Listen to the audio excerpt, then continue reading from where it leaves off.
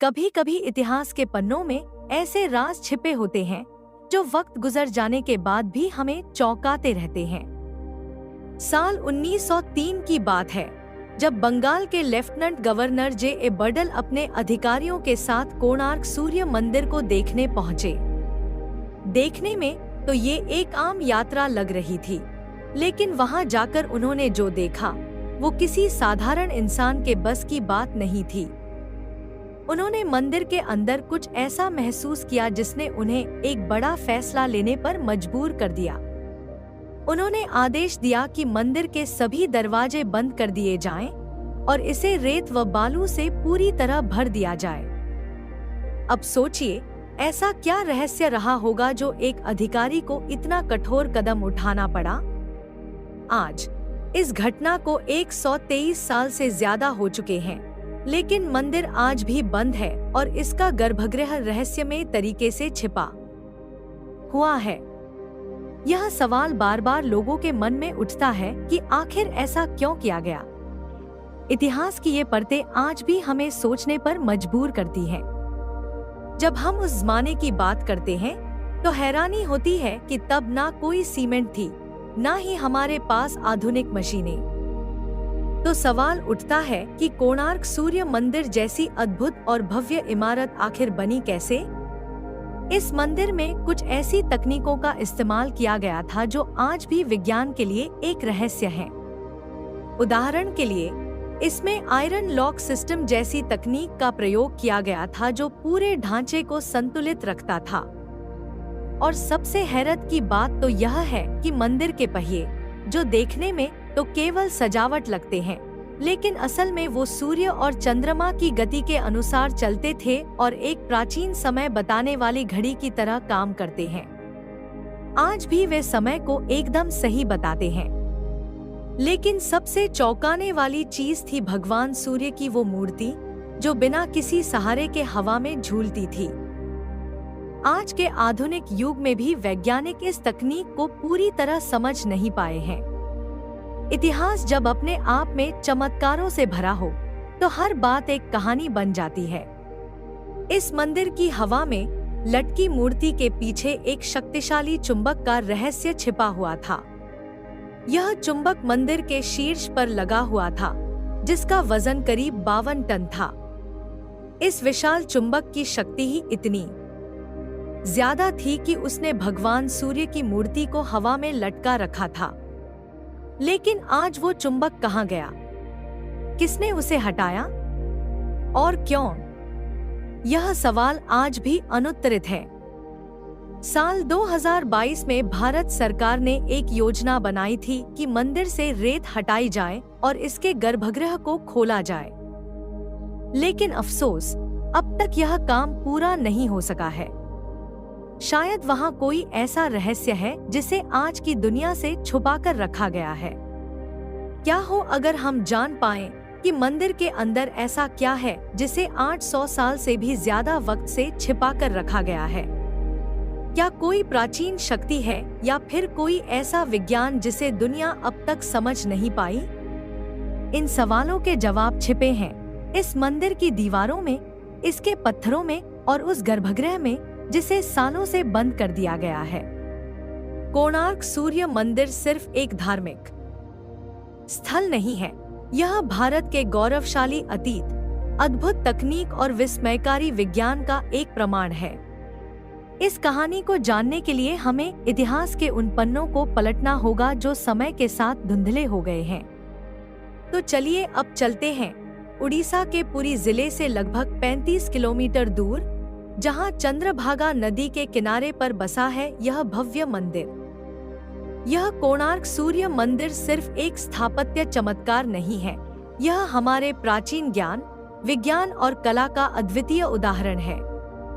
सूर्य के रथ के आकार में बना यह मंदिर, जिसमें 7 घोड़े और 24 विशाल पहिए हैं, न केवल देखने में अद्भुत है, बल्कि इसकी बनावट भी खगोलीय गणनाओं पर आधारित है।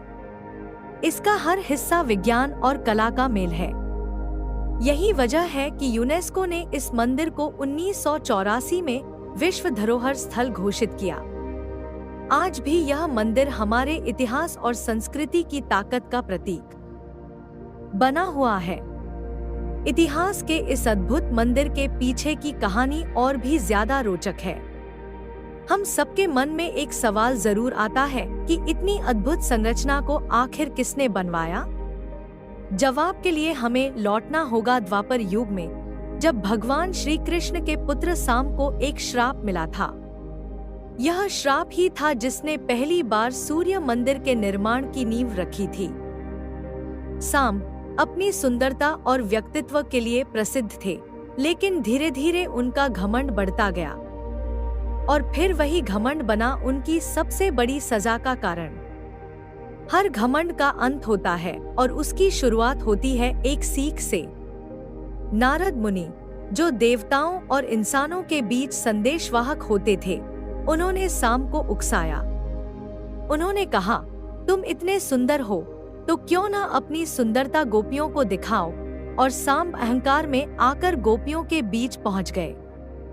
भगवान श्री कृष्ण को यह बात बिल्कुल पसंद नहीं आई और उन्होंने साम को श्राप दे दिया, तुम्हारा शरीर अब कुष्ठ रोग से ग्रस्त हो जाएगा। श्राप तुरंत असर कर गया और साम का शरीर भयंकर पीड़ा से भर गया। कभी कभी जीवन की सबसे कठिन घड़ी ही हमें ईश्वर की ओर मोड़ती है। अपनी इस हालत से छुटकारा पाने के लिए साम कई ऋषियों के पास गए और अंत में उनकी भेंट महर्षि कटक से हुई। महर्षि ने उन्हें सलाह दी, तुम्हें सूर्य देव की तपस्या करनी होगी, वही तुम्हें रोगमुक्त कर सकते हैं। महर्षि की बात मानकर साम मित्र वन के पास चंद्रभागा नदी के तट पर तपस्या करने चले गए। यह वही स्थान था जहां एक महान मंदिर की नींव रखी जानी थी।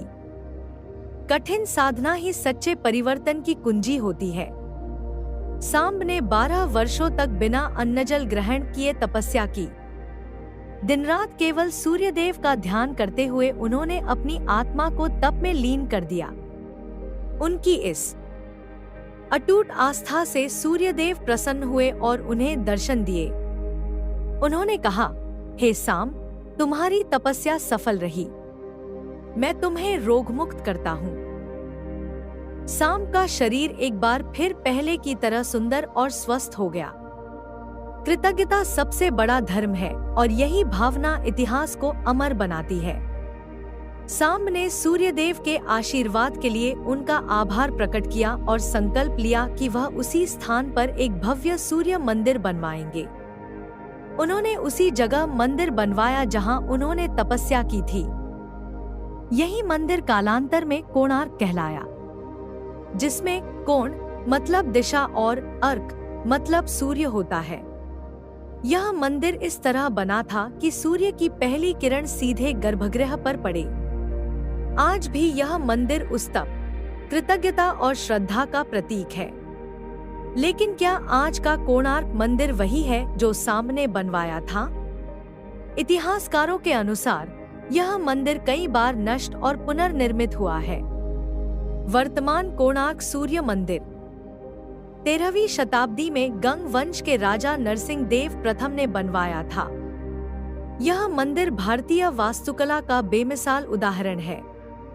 इसकी नींव एक प्रेरणा से जुड़ी है और वह प्रेरणा थी राजमाता कस्तूरी देवी।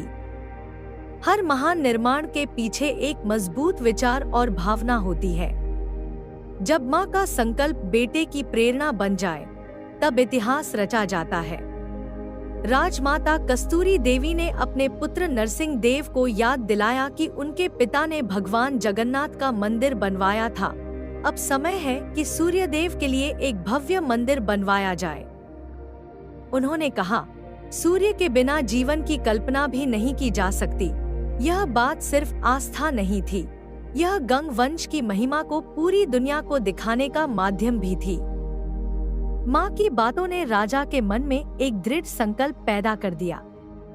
जहाँ इच्छा हो, वहाँ मार्ग भी अपने आप बन जाता है। राजा नरसिंह देव ने अपने मंत्री से कहा कि इस अद्भुत मंदिर के लिए सबसे योग्य शिल्पकार की तलाश की जाए। फिर सामने आया बिशु महाराणा का नाम, एक ऐसा शिल्पकार जिसकी कला की कोई तुलना नहीं थी। उन्होंने मंदिर निर्माण का कार्य संभाला और चंद्रभागा नदी के किनारे काम शुरू हुआ। मंदिर की नींव से लेकर शिखर तक यह एक अनोखी यात्रा थी। इतिहास बनता है जब समर्पण और प्रतिभा एक साथ मिले। 1238 से लेकर 1264 तक यानी करीब 26 साल तक यह निर्माण चला। इस दौरान 1200 कुशल कारीगरों ने दिन रात मेहनत की। इस मंदिर के पत्थर सिर्फ पत्थर नहीं थे, इन्हें जोड़ने के लिए लोहे की प्लेट्स का इस्तेमाल हुआ, जिसे आज हम आयरन लॉक सिस्टम कहते हैं। यह तकनीक उस दौर के उन्नत ज्ञान की मिसाल है। यह साबित करता है कि हमारे पूर्वज किसी भी आधुनिक तकनीक से कम नहीं थे। लेकिन जब निर्माण अपने अंतिम पड़ाव पर पहुंचा, तब एक नई चुनौती सामने आई। शिखर पर कलश लगाने का काम रह गया था, लेकिन कई कोशिशों के बावजूद कोई भी उसे स्थापित नहीं कर पाया। राजा को गुस्सा आ गया और उन्होंने चेतावनी दी, अगर सूरज निकलने से पहले कलश नहीं लगा तो सभी कारीगरों को मृत्युदंड मिलेगा। सब भयभीत हो गए और तभी वहां आया एक 12 साल का लड़का आया धर्मपद। वो लड़का ईश्वर की भेजी हुई एक दिव्य किरण जैसा था। उसके चेहरे पर ना डर था, ना घबराहट, सिर्फ आत्मविश्वास और ज्ञान की चमक थी। धर्मपद बिशु महाराणा का ही पुत्र था, जो अपने पिता से छिपकर निर्माण कार्य को देखने आया था। उसने सब कुछ ध्यान से देखा था, हर तकनीक को समझा था और अब वो उस चुनौती को स्वीकार करने आया था जिसे बड़े-बड़े कारीगर भी नहीं हल कर पाए थे। रात के अंधेरे में जब सब थक हार कर बैठ चुके थे, धर्मपद चुपचाप शिखर पर चढ़ा और अपनी बुद्धिमत्ता से कलश को मंदिर के शीर्ष पर स्थापित कर दिया। जब अगली सुबह सूर्य की पहली किरण मंदिर पर पड़ी, तो लोगों ने देखा कि मंदिर का कलश अपनी जगह पर सही से जड़ा हुआ है। एक पल को सब हैरान रह गए, ये काम कैसे हुआ, किसने किया? लेकिन धर्मपद तब तक एक और चौंकाने वाला निर्णय ले चुका था। उसे पता था कि अगर लोगों को सच मालूम चला कि एक 12 साल के बच्चे ने ये कार्य कर दिखाया है, तो राजा उसके पिता और सभी कारीगरों को मृत्युदंड दे देंगे। इस भय से धर्मपद ने मंदिर से कूदकर अपने प्राण त्याग दिए। कभी कभी बलिदान की कीमत इतनी ऊंची होती है कि वो पूरे युग को बदल देती है। धर्मपद की यह कुर्बानी न सिर्फ कोणार्क मंदिर के इतिहास में अमर हो गई, बल्कि यह कहानी पीढ़ी दर पीढ़ी सुनी और सुनाई जाती रही। आज भी वहाँ एक छोटा सा मंदिर है, जिसे धर्मपद मंदिर कहा जाता है। लोग वहाँ दीपक जलाते हैं और उस नन्हे बालक को श्रद्धांजलि देते हैं, जिसने अपने ज्ञान और साहस से एक चमत्कार कर दिखाया। यह घटना बताती है कि सच्चा ज्ञान उम्र का मोहताज नहीं होता और कभी कभी एक छोटा सा दीपक भी घोर अंधकार को चीर सकता है। इतिहास की ऐसी कहानियां हमें हमारी जड़ों से जोड़ती हैं। कोणार्क सूर्य मंदिर सिर्फ एक मंदिर नहीं, बल्कि एक रहस्य है जो सदियों से हमें अपनी ओर बुला रहा है।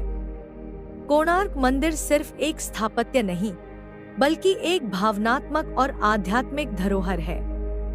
हर पत्थर, हर नक्काशी, हर ध्वस्त हिस्सा सब कुछ जैसे कोई कहानी कहता है। यह मंदिर अपने गर्भ में आज भी अनगिनत रहस्य समेटे बैठा है।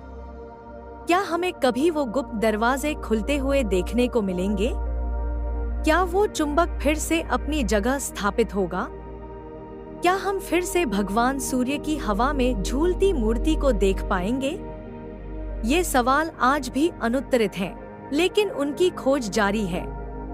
कभी कभी धरोहरों को समझने के लिए सिर्फ ज्ञान नहीं, भावना की भी जरूरत होती है, क्योंकि कुछ रहस्य जवाब से भी ज्यादा कीमती होते हैं। अगली बार जब आप सूरज की किरणें देखें, तो याद रखिएगा, कोणार्क आज भी अपनी कहानी कह रहा है। धन्यवाद।